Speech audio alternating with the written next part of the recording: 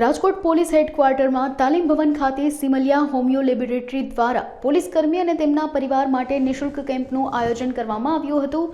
કેમ્પમાં રાજકોટના નામાંકિત અને વિવિધ પ્રકારના રોગના નિષ્ણાંત અને અનુભવી તબીબોએ સેવા આપી હતી.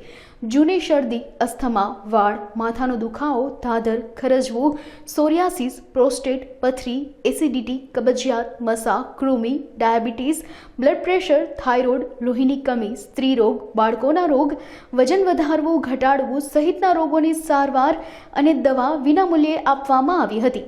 200થી વધુ લોકોએ આ કેમ્પનો લાભ લીધો હતો. નામ સુધીર મહેતા છે. અમે સિમિલિયા હોમિયોપેથિક ફાર્મસીના ડિસ્ટ્રીબ્યુટર છીએ ગુજરાત ખાતેના.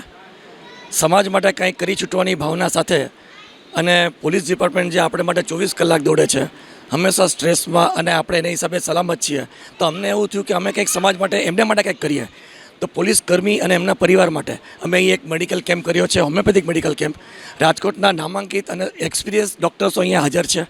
લગભગ 250થી 300 પેશન્ટ અથવા તો અહીંયાના પોલીસ કર્મીઓ એનો લાભ લેશે અથવા લે છે.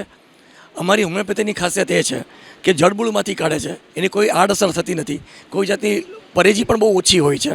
જો નિયમિત દવામાં લેવામાં આવે તો એમાં સારામાં સારા રિઝલ્ટ મળે છે અને પબ્લિકનો બી બહુ સપોર્ટ સારો છે અહીંયા. અને ભવિષ્યમાં બી જો આમાં જો વધારે ઓલું શકશે આપણે બીજા બી આવા કેમ્પો કરશું. મારું નામ ડૉક્ટર કવિતા સોલંકી છે. હું કન્સલ્ટિંગ હોમિયોપેથ છું અને રાજકોટ ખાતે પોતાની ફરજ બજાવી રહી છું. આજે સ્પેશિયલી ટ્રાફિક પોલીસ માટે અમે મેડિકલ કેમ્પ એટલે કે હોમિયોપેથિક મેડિકલ કેમ્પનું આયોજન કરવામાં આવી રહ્યું છે. આપણને બધાને ખબર જ છે કે પોલીસ જે છે એ આપણા માટે હંમેશા મહેનત કરતા હોય છે. એમાં પણ ટ્રાફિક પોલીસ જે પોતાની સ્વાસ્થ્યની ચિંતા કર્યા વગર આપણા માટે મહેનત કરતા હોય છે. તો સ્પેશિયલી એને સ્ટ્રેસ ઓછો થાય, એને સતત બંદોબસ્તમાં રહેવાનું હોય, એના લીધે માનસિક અને શારીરિક બંને રીતે શ્રમ પડતો હોય છે અને એના લીધે ઘણા રોગો થતા હોય છે. તો સ્પેસિફિકલી આપણે આ માટે કામ કરતા હોઈએ છીએ અને આજે એના માટે જ કેમ્પ છે એનું આયોજન કરવામાં આવેલ છે.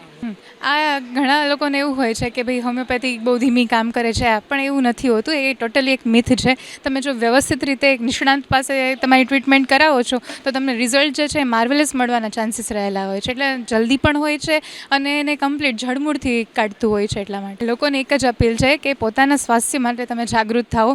આપણે જતું કરી દેવું, પોતાના ઉપર ધ્યાન ના રાખવું અને જ્યારે કોઈ મોટી બીમારી આવે છે, કેન્સર છે, બરાબર છે, થાઇરોઇડ છે, બીપી છે, આવી આવે ત્યારે આપણે ધ્યાન દેતા હોઈએ છીએ. પરંતુ એની પહેલાં જો તમે લાઇફસ્ટાઈલની અંદર ચેન્જીસ કરો, પોતાના સ્વાસ્થ્યની અંદર ધ્યાન રાખો, ડાયટ છે, એક્સરસાઇઝ છે, અને જો નાનામાં નાના રોગ થતા હોય છે તો એની ઉપર પહેલાં તો સૌથી પહેલાં અવેર થાવ અને એની યોગ્ય ટ્રીટમેન્ટ યોગ્ય ડૉક્ટર પાસે કરાવવી ખૂબ જ જરૂરી છે.